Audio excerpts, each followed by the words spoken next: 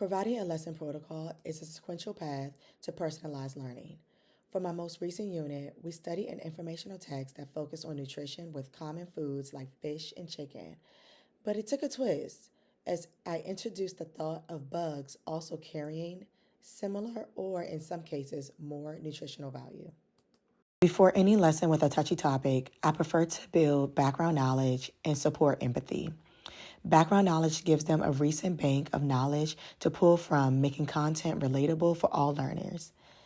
Empathy helps set the stage for culture sensitivity and awareness, as ideas may spark some strong debates. I first did this through a field trip to the aquarium, where students got the chance to explore aquatic and rainforest life, ask questions, and create their own project based on what they learned.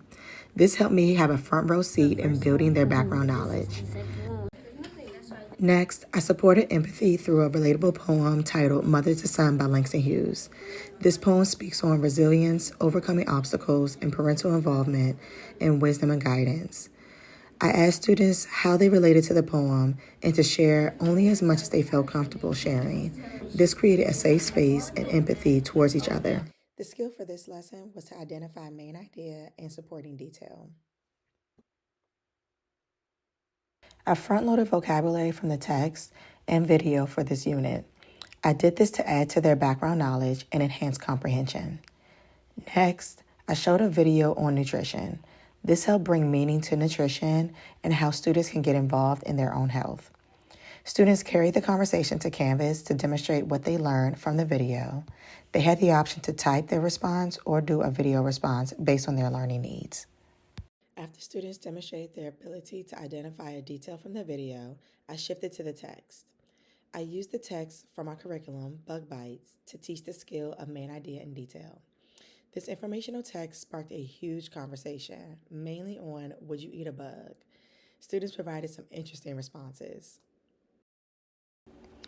We took picture walks through the text, but together we focused only on the first 2 pages, and I coached them in finding the topic, main idea, and detail to support the main idea. Students recorded their responses on a sticky note, then posted it to our shared anchor chart. To teach main idea in detail, I first have students find the topic of a page or article. Then they turn that topic into a question. The detail should then answer the question.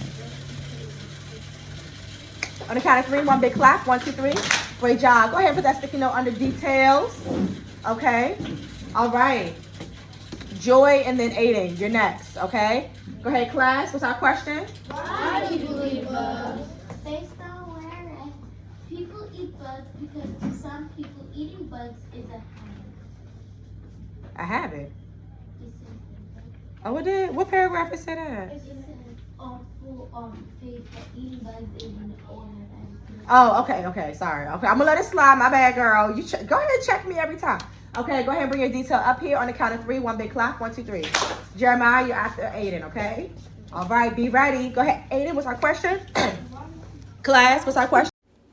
It was then time to measure what students can do on their own. As a part of this protocol, students independently got to use the remainder of the text to find the main idea and detail of another heading. I encouraged them to use the strategy I taught them to support them in this task on the graphic organizer. Students with diverse learning needs received a modified graphic organizer, and I chunked part of the text for them. The next step in this protocol was for students to share their opinion on a discussion forum, closely monitored by me. On this online discussion forum through Canvas, students had to share their opinion on if they agree or disagree with including bugs in their daily diet. I asked that students also respond to one another with meaningful feedback. I have modeled this in past activities and also jumped in where necessary to extend the conversation on this activity as well. Students used their background knowledge, empathy, and what we discussed in classroom discussions to help extend the conversation to online. They used all of this together to help build their opinions and whether they agree or disagree with each other in a respectful online forum. The next step in this playlist protocol will be for students to write an essay stating whether they believe that bugs should be included in their daily diet. They will have to use the information they gathered from their graphic organizers, classroom discussions, classroom anchor charts, as well as the text and information they learned online to help support their reasoning.